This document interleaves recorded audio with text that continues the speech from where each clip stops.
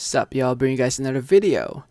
So I thought I'd just share with you guys who I think, in my opinion, are the top 5 middleweights in 2020.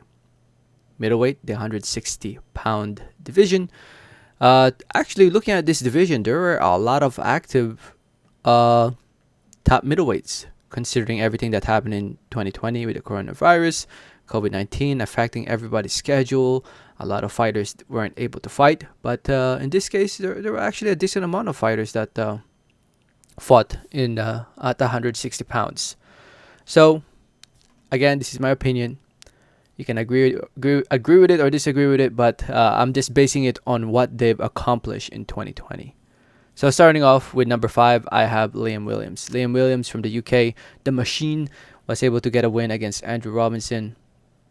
Yeah, obviously not the best win out there compared to more world level fights, but he ended up winning the British title in that fight and knocked him out with one punch. And he's, by the way, if you guys don't know, he's pretty much the mandatory for the WBO, I believe, at that 160. So who knows if that fight will ever get ordered, but we'll see. I guess we'll have to wait and see. Liam Williams is definitely someone to keep an eye on. Those 2 losses came from Liam Smith back in 2017. In my opinion, I think he's definitely improved at the age of 28 years old now. So keep an eye on him in 2021. This year, 2021. By the way, Happy New Year, everybody, because it's 2021. Anyway, number 4, I have Demetrius Andrade. Demetrius Andrade was able to fight once against Luke Killer earlier in 2020. He successfully defended his title.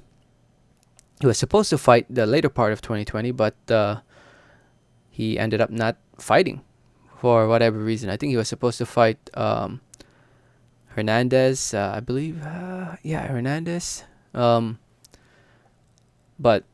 like Datsy Hernandez, if I remember correctly, but that ended up not happening. Dusty Hernandez ended up testing positive for COVID, or he didn't look so great, or he didn't prepare well. So that ended up not happening. But still, that one win, in my opinion, against Luke Killer, where he won by TKO. If I remember correctly, he won pretty easily. But with that one win, lands him the number 4 spot in my list. Number 3, I have Jaime Munguia, who is now fighting and competing at 160 pounds. Jaime in 2020 fought twice actually at 160 against Gary O'Sullivan, where he stopped him in the 11th round, and Turiano Johnson, where he stopped Johnson in the 6th round. I thought those were pretty impressive wins. So that lands him the number 3 spot. Number 2, I have Triple G, Gennady Gennadievich Golovkin. Fought for the first time since the tough fight against Sergey Derevchenko. Fought against his mandatory, Kamil Cesar Meta. And actually, let's switch that around. Think about it now. I'll put Golovkin, Triple G at number 3, and Jaime at number 2. I just feel like Jaime beating Toriano Johnson and Gary Sullivan, those are much more impressive wins when I think about it, more than Golovkin. Now that I'm actually saying it, because when I was thinking about it earlier, I was like, I think the Kamil fight was actually a pretty decent performance from Golovkin. But when I think about it now, Kamil, he kind of was expected to get beat up easily in this fight, and that's what he did. He ended up getting beat up easily. Was he had zero chance of winning with the power that he had. Golovkin just went through him, and definitely I would put Golovkin at number 3 and Jaime at number 2 with his 2 wins against Gary O'Sullivan and Toriano Johnson. Those were pretty impressive wins, but if you ask me.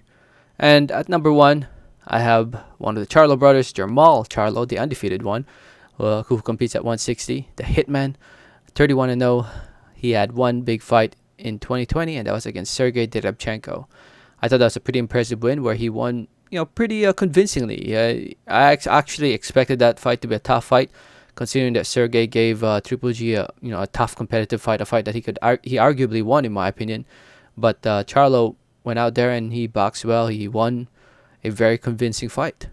So I have him at number 1. So anyway, if you have your own top 5, let me know in the comment section below.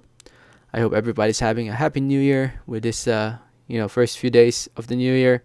Let me know your thoughts in the comment section below. Thank you so much for listening and watching. Don't forget to hit that like button if you haven't yet. Please don't forget to subscribe if you haven't yet. Please, and like always, have a great day. All right, thanks.